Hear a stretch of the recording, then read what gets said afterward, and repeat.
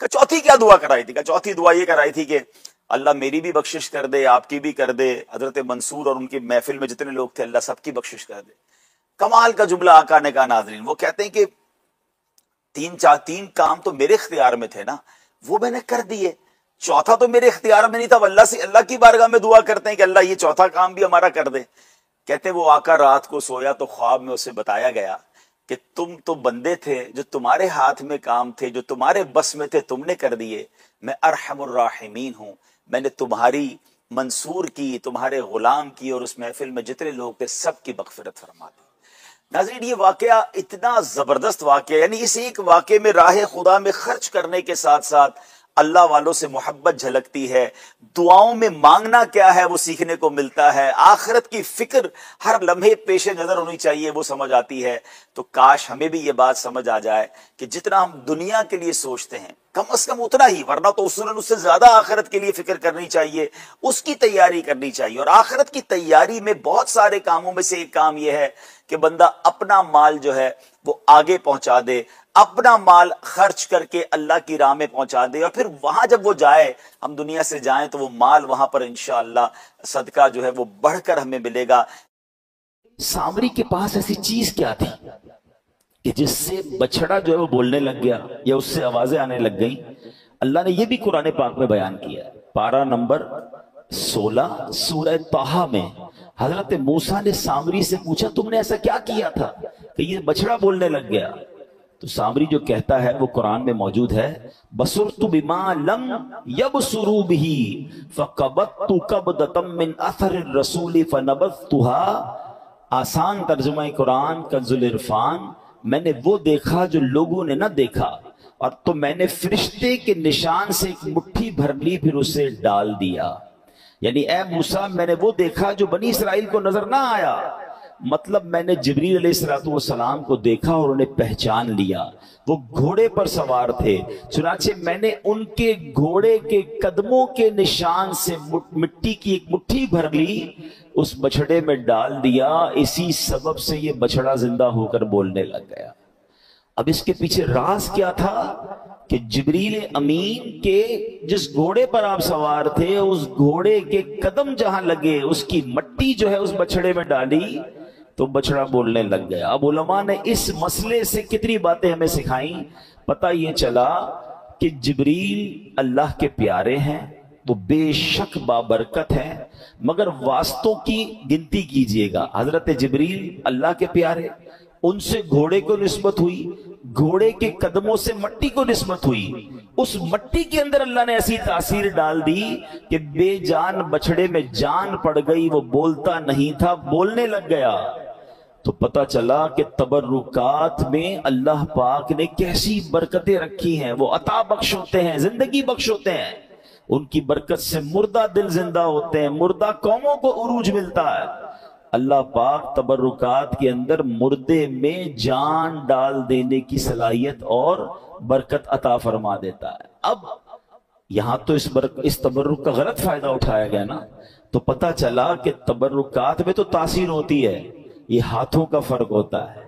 اگر یہ تبرکات گستاخوں کے ہاتھ میں آ جائے تو تبرکات کے منفی اثرات ہوتے ہیں، تبرکات نیکوں کے ہاتھ میں آ جائیں تو وہ تبرکات کے اثرات بھی نیک ہوتے ہیں۔ دیکھیے سامری جادوگر کے پاس یہ مٹی آ گئی جو حضرت جبریل کے گھوڑے کے قدموں سے لگی تھی، وہ چاہتا تو اس سے برکتیں حاصل کر لیتا نا، مگر دل میں گستاخی تھی، دل میں شرک تھا، اسی تبرک سے اس نے غلط کام شروع کروا کے قوم کو حرام کام کی طرف لگا دیا، اور پوری بنی اسرائیل کو اس نے اس زمانے کے لوگوں کو گمراہ کیا۔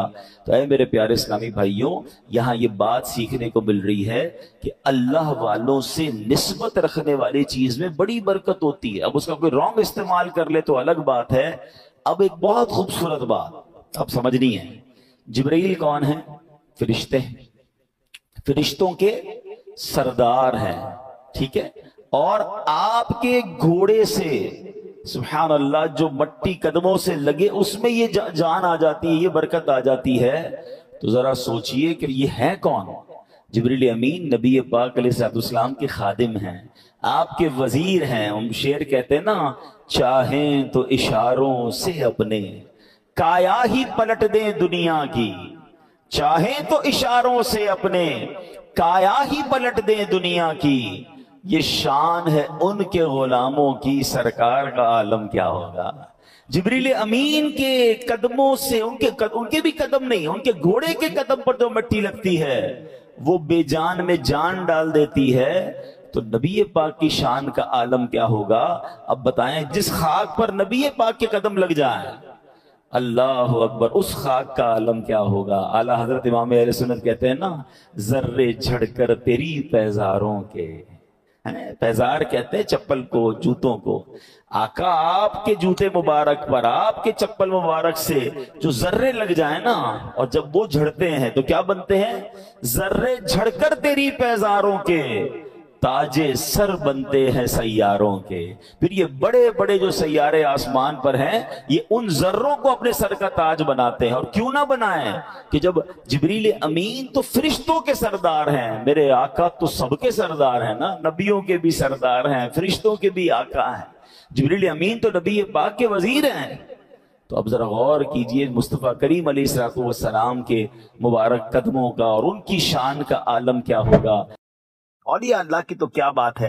قرآن مجید فرقان حمید میں اللہ تعالیٰ ارشاد فرماتا ہے، الا ان اولیاء اللہ لا خوف علیہم ولا هم یحزنون، سن لو بے شک اللہ کے ولیوں پر نہ کچھ خوف ہے نہ کچھ غم۔ سبحان اللہ، کیسی عظیم ہستیاں، سبحان اللہ۔ ایک حدیث پاک میں آتا ہے کہ نبی پاک علیہ السلام فرماتے ہیں کہ اللہ عز و جل نے ارشاد فرمایا، کوئی بندہ میرے فرائض کی ادائیگی سے بڑھ کے کسی اور چیز سے میرا تقرب حاصل نہیں کر سکتا، یعنی فرائض کے بعد پھر وہ نوافل سے مزید میرا قرب حاصل کرتا جاتا ہے، یہاں تک کہ میں اسے محبوب بنا لیتا ہوں، اور میں اس کا کان ہو جاتا ہوں جس سے وہ سنتا ہے، اور اس کی آنکھ ہو جاتا ہوں جس سے وہ دیکھتا ہے، اور اس کا ہاتھ ہو جاتا ہوں جس سے وہ پکڑتا ہے، اور اس کا پاؤں ہو جاتا ہوں جس سے وہ چلتا ہے۔ اگر وہ مجھ سے مانگے تو میں اس کو ضرور دوں گا، اور اگر وہ مجھ سے پناہ مانگے تو میں اسے ضرور پناہ دوں گا۔ ناظرین، آپ جانتے ہیں یہ حدیث پاک کون سی حدیث کی کتاب میں ہے؟ یہ بخاری شریف کی حدیث ہے۔ کتنی واضح یہ حدیث پاک ہے کہ جس میں اولیاء کرام کی کیسی شان بیان ہو رہی ہے کہ جب بندہ اللہ کا قرب حاصل کر لیتا ہے تو فرمایا کیا جا رہا ہے، میں اس کے کان ہو جاتا ہوں جس سے وہ سنتا ہے، ہاتھ بن جاتا ہوں جس سے وہ پکڑتا ہے۔ اب علماء کہتے ہیں کہ اس سے مراد کیا ہے؟ اللہ پاک تو جسم سے پاک ہے نا، اس کا مطلب یہ ہوا کہ اس کی آنکھوں کے نور میں، اس کی آنکھوں کی روشنی میں اللہ کریم کی طرف سے وہ برکتیں آ جاتی ہیں کہ پھر وہ دیکھتا ہے جو عام انسان نہیں دیکھ سکتا۔ اللہ فرماتا ہے میں اس کے کان ہو جاتا ہوں جس سے وہ سنتا ہے۔ تو اس کا مطلب یہ ہوا کہ رب کریم کی طرف سے رحمتوں برکتوں کا نزول ان کی سماعت پر ایسا ہوتا ہے کہ وہ سن لیتے ہیں جو عام انسان نہیں سن سکتا، یہ وہ پکڑ لیتے ہیں، یہ وہ کر لیتے ہیں جو عام انسان نہیں کر سکتا۔ پھر دیکھیں اس حدیث کا اگلا جز کیا ہے کہ وہ مجھ سے مانگے تو میں اس کو ضرور دوں گا۔ تو اولیاء کرام دعا کریں اور لوگوں کے کام بن جائیں تو اس میں بھی گھبرانا نہیں چاہیے۔ بخاری شریف کی حدیث ہے، اللہ فرما رہا ہے کہ وہ جو مانگیں گے میں انہیں دوں گا، وہ مجھ سے پناہ مانگیں گے تو میں پناہ دوں گا۔ اس سے اندازہ ہو جانا چاہیے کہ اولیاء کرام کی شان کتنی بڑی ہے۔ جب بھی کرامات اولیاء سنیں، اولیاء کرام کا فیضان سنیں تو کنفیوز نہیں ہونا چاہیے، یہ قرآن و حدیث سے ثابت ہے کہ اللہ اپنے پیاروں کو نوازتا ہے۔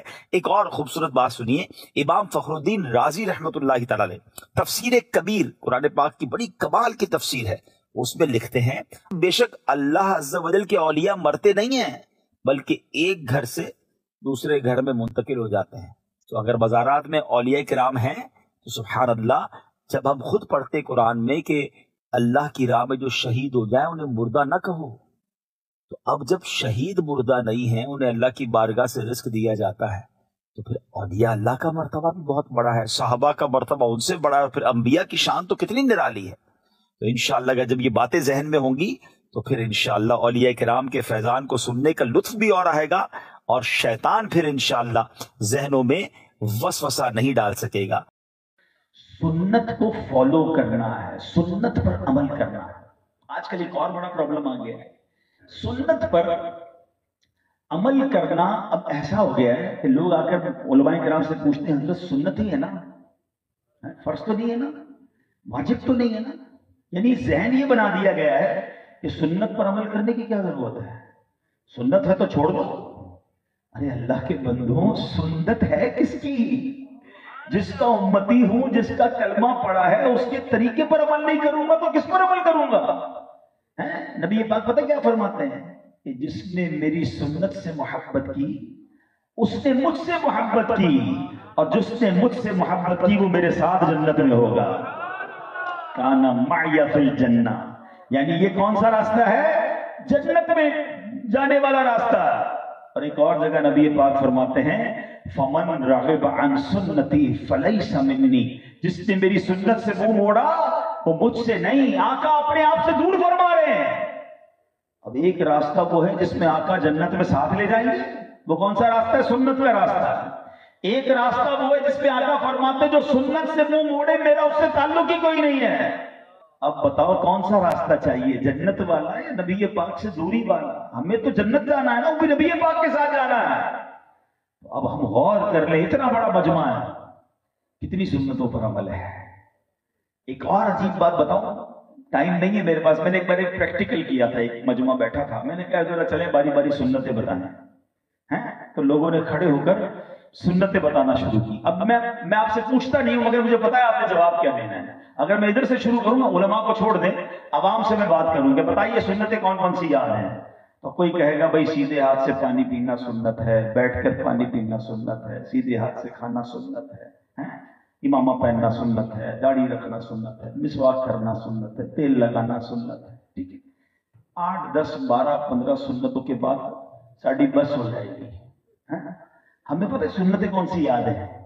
ہمیں سراپے کی سنتیں یاد ہیں، لباس کی سنتیں یاد ہیں۔ اچھی بات ہے، عمل کرنا ہے اس پر، مگر سچ بولنا سنت ہے، یہ پتہ ہے؟ نرمی کرنا سنت ہے، یہ پتہ ہے؟ پڑوسی کے حقوق پورے ادا کرنا ہے، یہ سنت ہے۔ قرضہ وقت پر لوٹانا ہے، یہ سنت ہے۔ وعدہ پورا کرنا ہے، یہ سنت ہے۔ ان سنتوں پر کون عمل کرے گا؟ بلکہ میں سچی بات بتاؤں، اب ذرا گہری بات کہہ رہا ہوں، اپنوں سے کہہ رہا ہوں، جتنے امامے والے اور داڑھی والے نا بالخصوص، میں ان سے کہہ رہا ہوں کہ جنہوں نے یہ داڑھی رکھی ہے، امامہ پہنا، بہت اچھی بات ہے، مبارک ہو آپ کو، مگر ہم لوگوں کو کردار کی سنت زیادہ عمل کرنی چاہیے، ورنہ لوگ مذہبی لوگوں سے دور ہوتے ہیں کہ یار داڑھی رکھ کر جھوٹ بول رہے ہیں، یہ جناب دینی حلیہ اپنایا تو وقت پہ پیسے تو دیتا نہیں ہے، وعدے تو پورے کرتا نہیں ہے، پڑوسی اس سے سارے پریشان ہیں، ماں باپ کے حق پورے نہیں کرتا، تو یہ سنتیں نہیں ہیں۔ تو کردار کی سنتیں اپنائیے، لباس کی بھی اپنائیے، کردار کی بھی اپنائیے، کیونکہ نبی پاک علیہ الصلوۃ والسلام سبحان اللہ اگر ان کی سنتوں پر عمل کرنا ہے تو پھر ساری سنتوں پر عمل کرے نا۔ اور انشاءاللہ جس دن آپ نے کردار کی سنتوں پر عمل کرنا شروع کیا نا، پھر دیکھیں دین کا کام کرنا آپ کے لیے کتنا آسان ہو جائے۔ نبی پاک علیہ الصلوۃ والسلام بھی اپنے رب سے بے انتہا محبت فرماتے، یہ سیکھنے کے لیے بھی ہے کہ ہمیں اللہ سے بھی بے حد پیار کرنا ہے، اللہ کے حبیب سے بھی بہت محبت کرنی ہے۔ ذرا سنیے گا یہ دو طرفہ محبت کیسی ہے۔ معراج کے واقعے کو ذرا ذہن میں لائیے۔ حسین رات ہے، رب کریم نے اپنے محبوب علیہ الصلوۃ والسلام کے لیے آسمانوں کو سجایا، زمین و آسمان میں اہتمام ہوتا رہا، انبیاء کرام استقبال کے لیے مسجد اقصی میں جمع ہو رہے ہیں، آسمانوں میں دھوم مچی ہے، پیارے آقا علیہ الصلوۃ والسلام عاجزی اور انکساری کے پیکر بن کر اللہ رب العالمین کی محبت سے سرشار ہو کر نہایت ادب کے ساتھ اللہ کی بارگاہ میں حاضر ہوتے ہیں۔ جب اس خاص مقام پر پہنچتے ہیں تو اللہ نے فرمایا اے محبوب انا و انتا، ایک میں ہوں ایک آپ ہیں، وما سوا کا خلقت لاجلک، آپ کے علاوہ کائنات میں جو کچھ ہے وہ سب میں نے آپ کے لیے پیدا کیا ہے۔ وجہ تخلیق کائنات ہم کہتے ہیں نا، ریزن آف دا اول کریشن، یعنی اللہ فرماتا ہے کہ محبوب کہ ایک میں ہوں ایک آپ ہیں، اور آپ کے علاوہ جو کچھ کائنات میں ہے وہ سب میں نے آپ کے لیے پیدا فرمایا ہے۔ سیدی مولانا حسن رضا خان صاحب لکھتے ہیں نا، کونین بنائے گئے سرکار کی خاطر، کونین بنائے گئے سرکار کی خاطر، کونین کی خاطر تمہیں سرکار بنایا۔